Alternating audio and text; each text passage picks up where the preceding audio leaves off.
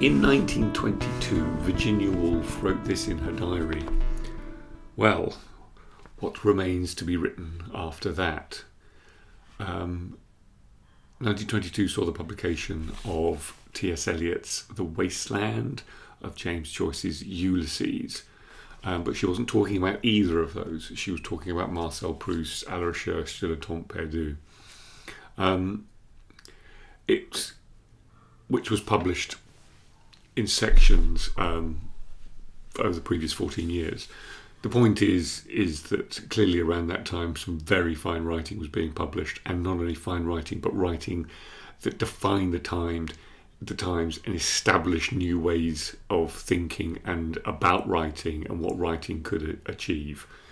And Virginia Woolf, clearly an immensely gifted person, had to overcome that sense of a generation being defined, but then goes on to say,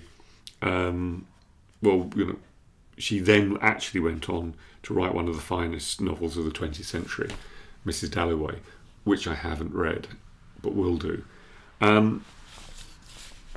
What's interesting about this, I think, is that we're now almost 100 years on from that, and clearly there have been few greater novels, if any. I mean, in a sense, the ones we love more, but in terms of and poetry, in terms of impact, actually, there has been nothing like that moment. And of course, Woolf is to be included in those writings, but it does suggest that it's almost impossible now to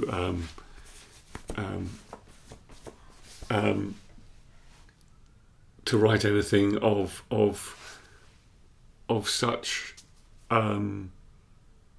defining power that the whole of the writing world orientates itself and doesn't move on. Now, we can say there was some adjustments after modernism, and postmodernism was a dead end. But actually, we are still writing books that have inherited their DNA from those three pieces of writing. Which I just think is interesting, and I wonder whether and actually this leads on to my next thing, which is I saw Ali Smith's Goldsmiths lecture on the state of the novel. It was just before they launched or announced their shortlist, of which I haven't read any, so I've got nothing to say about.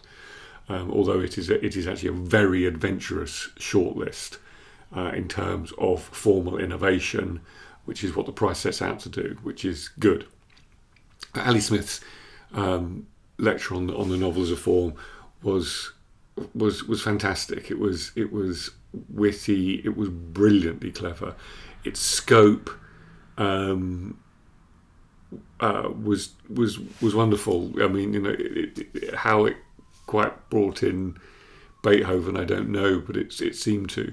But she's clearly very passionate about the novel. She's passionate about it as a form, but she's most passionate about it as what might be called its great humanist tradition, and I'm not sure whether it's come online yet, but it's on YouTube. But if it has, and you're interested, it's quite long actually. I mean, it's a good 45 minutes. But there's no longers. She never disappoints. It's always surprising and inspiring, and makes one want to go away and really, really push at the boundaries of novels. The other thing I was reading, was about Frederick Crews, Freud, The Making of an Illusion.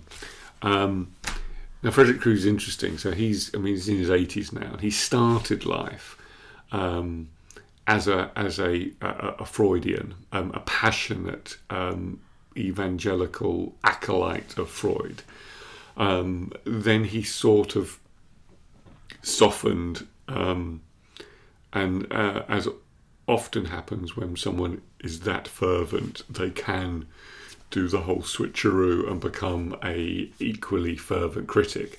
And Crewe did that in the second part of his life. And this book is is his last word on trying to prove the charlatanism of Freud. Now, I've made a video about Freud a long time ago, and in the comments, if you see this, I get some stick from people who basically kind of go, "How can you say that? Freud was a genius. You don't know what you're talking about. How come you probably haven't been through psychoanalysis, whatever." All of which may be true. I mean, I have had my share of the mind cure. Possibly hasn't worked. But that's not the point. I think the point that Crewe is trying to make, and he spends a lot of time on the early years of Freud, is that we cannot take Freud seriously as a scientist, which he self-identified or self-declared as, based on how he accumulated his knowledge. He simply didn't follow strict enough protocols. He had a hypothesis, yes. His experimentation was the opposite of rigorous. It was cherry-picked, it was minimal, it was narrow, it was biased, and he would never allow his conclusions to either be essentially peer-reviewed or challenged. But actually in science, all conclusions are provisional. But actually it's the experimentation part, and this is what's important. What I understand about Freud, and George Steiner is very good at this, is that Freud didn't, and why he should know about the idea of kind of language games, which came from another Viennese thinker, a true genius, Wittgenstein, is that Freud essentially had a sort of epiphany, and then never looked outside the language game of high Viennese society, and actually probably for mostly high Viennese Jewish society, which means that all the terms of reference, all the sort of context was very narrow, and that doesn't allow for any tension or conflict inside what he's thinking. And what Crewe is basically saying is that you cannot make even soft scientific truth claims when your process, your protocol, your experimentation is as deeply flawed as Freud's. But he's also saying, and this actually doesn't follow, but I think he's also saying, can we trust a man who is willing to do that? It's not that, people do bad science. You can do bad science and get the right answer by luck and the judgment. But should we trust a man who is willing to essentially manipulate and not see outside of his own kind of worldview, and then sell it to us? Now, of course, trust is, as I said, it doesn't follow that because he's untrustworthy, he's wrong.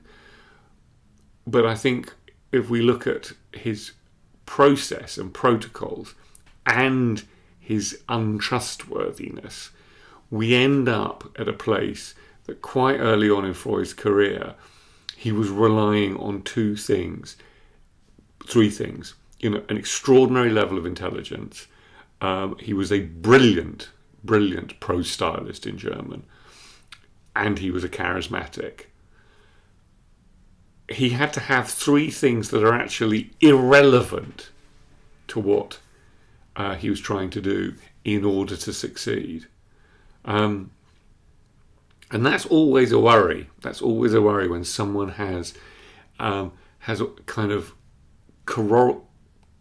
I can never remember that word. I can never pronounce that word. Too many R's, too many L's, too many Y's. Has kind of contingent abilities, and those contingent abilities kind of accrete to a point where the message suddenly becomes persuasive, but all of the process is wrong. And that seems to me to be how Freud became so important in the 20th century, based on some imaginative thinking, based on very few clients. That's it.